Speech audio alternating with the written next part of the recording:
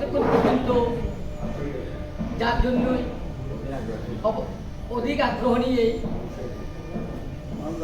বসেছিলাম, উনি হচ্ছেন লোহাগাড়ার কৃতি সন্তান, বিশিষ্ট সাংবাদিক জগতের আইকন এবং চ্যানেল 10 টিভির সম্মানিত চেয়ারম্যান। আজকের অনুষ্ঠানের প্রধান অতিথি, আমি আজকের অনুষ্ঠানের প্রধান অতিথি সাহেবকে ওনার মূল্যবান আলোচনা করার জন্য অনুরোধ জানাচ্ছি।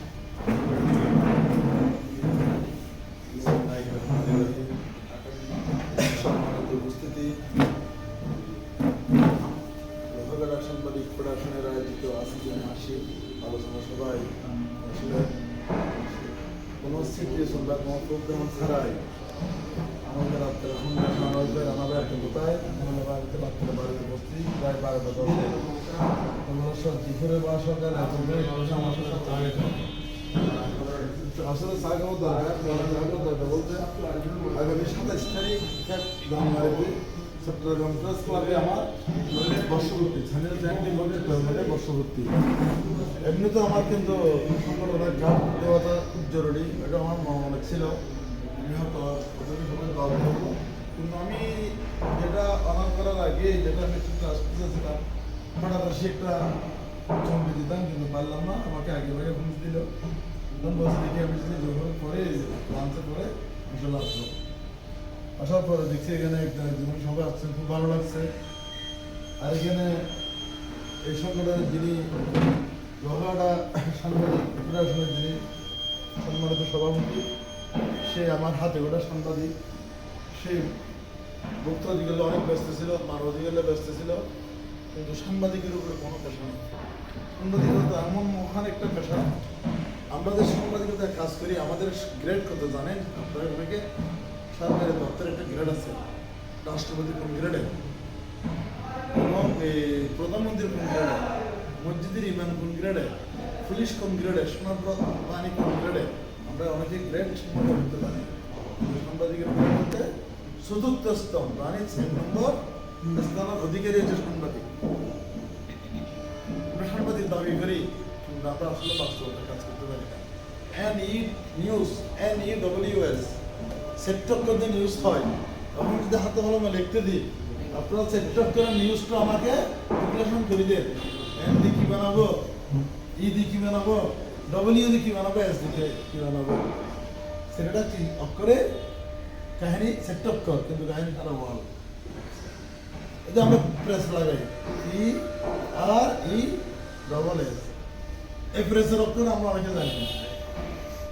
কিন্তু এখানে আমাকে অনেক সংগঠনের লোহারা চাইতে একটু আগে সানাজু বলছে, সানাজু আমার বন্ধু, তাকে বললাম ওগুলো সব বাদ দেয়, 22-80 বছর বা 80 পর্যন্ত নিয়ে যাই, ওই এটাতে আসো। ও বলে ঠিক আছে, শেষ হতে বলে 7-3 বেরো গেছে আমার সাথে দেখা করার জন্য। ওনাকে আমি 2টা কাজ করে দিচ্ছি। কেন 2টা কাজ কেউ পাই? একটা দিচ্ছি সেনেটারের ভাইস প্রেসিডেন্ট, একটা কাজ দিচ্ছি রেলওয়ের ভাইস প্রেসিডেন্ট, কামালবের ওরা ভাইস প্রেসিডেন্ট বলে মাহফুজ বলই এশিয়া ব্যাংকের মালিক খাসেম সাহেব। তখন আমার উপদেষ্টা ছিল নশাদ, আমার চ্যানেলের উপদেষ্টা ছিল বাবুল চেয়ারম্যান, আমার উপদেষ্টা ছিল জহির। যেমন যে সময় যেটা চলে সে সময় চলতে হবে, কারণ এমন কোনো সময় গেছে যখন চেয়ার টেবিলটা আমাদের ছিল। এখন দেখবেন সামনে আগামীতে চেয়ার টেবিলে বিল দিয়ে দেবো, জমাতে দেবো, কারণ পরিস্থিতি শিকার। তো যে সময় যেভাবে চলে আমরা সেভাবে কাজ করে গেছি। কিন্তু আমার চ্যানেলে ছিল বড় বড় লিডার উপদেষ্টা মন্ত্রীতে, যেমন ছিল ব্রিকুলের সভাপতি আপনার সরোয়ার উপদেষ্টাদের। তো এই ধরনের আমার চ্যানেলগুলো আমি সাংবাদিকতা 2000 সাল থেকে বিভিন্ন পত্রিকায় বাংলা টিভি কাজ করছি, চ্যানেলে কাজ করছি, মা টিভিতে কাজ করছি, তারপরে বাংলাদেশ প্রতিদিনে কাজ করছি, সরজমিনে কাজ করছি, স্বাধীন সংবাদে কাজ করছি, নাহলেও পৃষ্ঠা পত্রিকায় কাজ করছি। আমি ওরা কাজ করতে করতে শেষ পেশা আমাদের চট্টগ্রাম করছি, শেষ পর্যন্ত চিন্তা করলাম জীবনে অনেক কাজ করছি। সব মানুষের তো কার্ড নিতে হয়, টাকা দিছি 10,000, 20,000, 50,000, বাংলা টিভিতে কার্ড তুলে দাম 50,000, এসে টিভিতে 1 লাখ, টাকা ছাড়া কোথাও কার্ড নাই। তাহলে এই রোজে এসে ব্যাংকের মালিক সিনিয়র সহসভাপতি তখন অনেক টাকা নষ্ট করেছি, নইলে আমি 50 লক্ষ টাকা নষ্ট করছি এই সাংবাদিকতার পিছনে শুধু খাল দেওয়ার জন্য। সেটা চিন্তা করলাম অনেকজনের কার্ড নিয়েছি, 20টার করে পত্রিকা কাজ করছি, আর কারো কার্ড নিব না। তখন আমি উদ্যোক্তা, কি উদ্যোক্তা? আমি সংগঠন করবো, আমি ফ্রি মানুষকে দিব, আমি পত্রিকা করবো, মানুষকে কাজ করাবো, আমি চ্যানেল করবো, লোকদের কাজ করবো, আমি উদ্যোক্তা।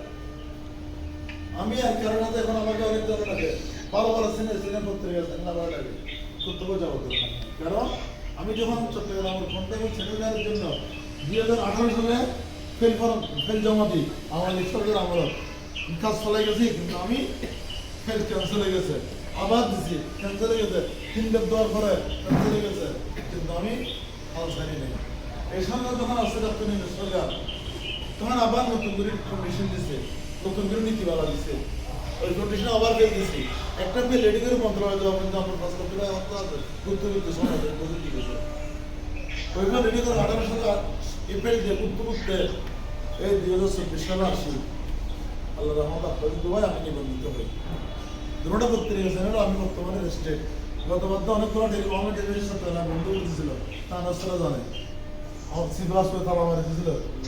কিন্তু ইনশাল্লাহ আমার পত্রিকার অফিসে কেউ একটু রেনেসের লোক গেছে, পছন্দ করেছে, যেহেতু পাইনি, কিন্তু আমার কোনো সমস্যা হয়নি। কারণ নম্বর 1 আমি কোনো পার্টি করি না, নম্বর 1 কারোর বিরুদ্ধে ডকুমেন্টস ছাড়া ক্রাইম করি না, সতর মধ্যে করি, সব নিউজ করি। তবে আমি কোনো সংগঠনে যাইনি। এ সংগঠনে কেন আসছি?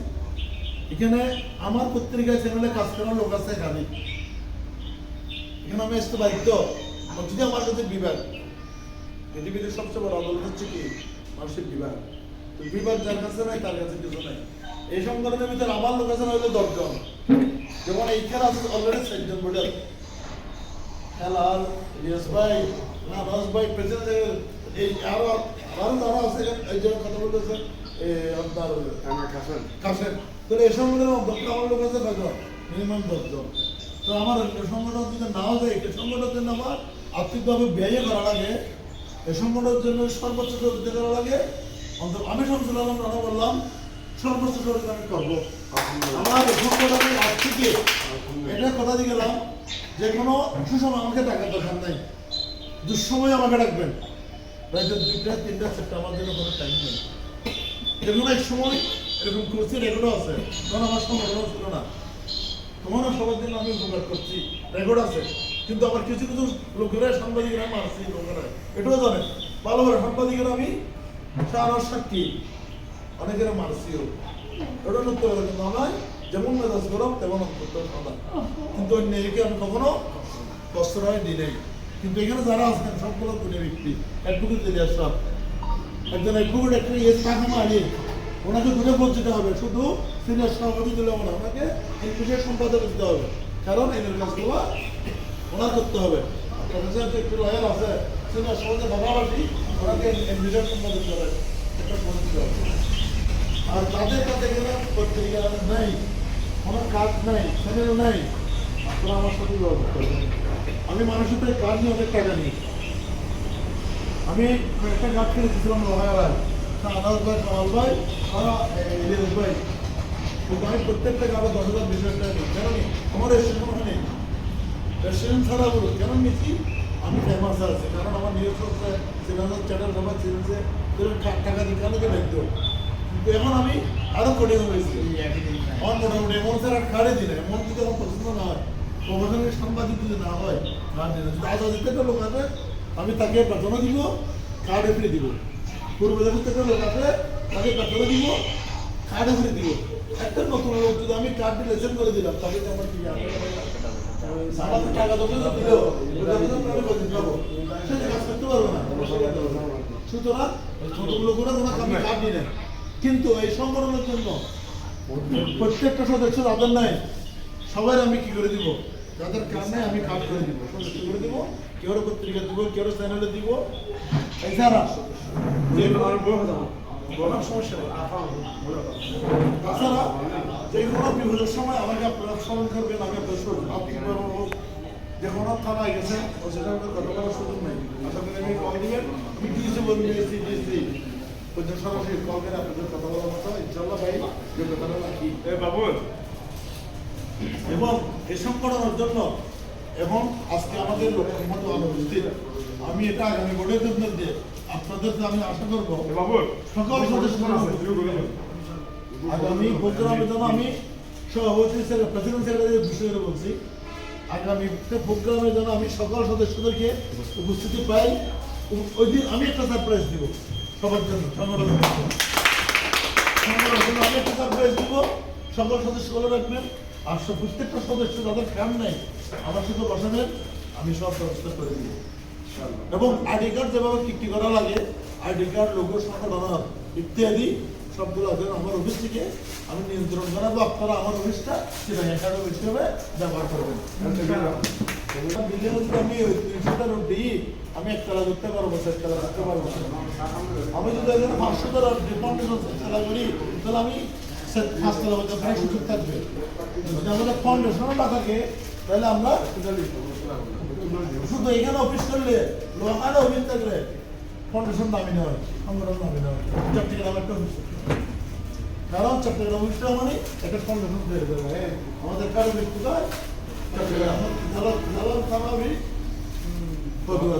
আমাদের হেড অফিস চট্টগ্রাম যেমন আমি ঢাকা গেলে বাংলাদেশ হোটেল থাকি না ওখানে যে রিয়েল কথা যাবে কিন্তু হেড অফ ডিপার্টমেন্ট আপনাদের এই সংগঠনের জন্য আমার অফিস আপনারা সর্বক্ষণ ব্যবহার করবেন এখানে ব্যানার তুলবেন সারা বছর এখানে আমার ওয়াকিং বিল এসি বিল বিদ্যুৎ বিল একটা টাকা এই সংগঠনের পক্ষ থেকে ব্যয় করতে হবে না এবং প্রত্যেকটা কার্ডের পিছনে চ্যানেল 10 সত্যের সন্ধানে আমরা।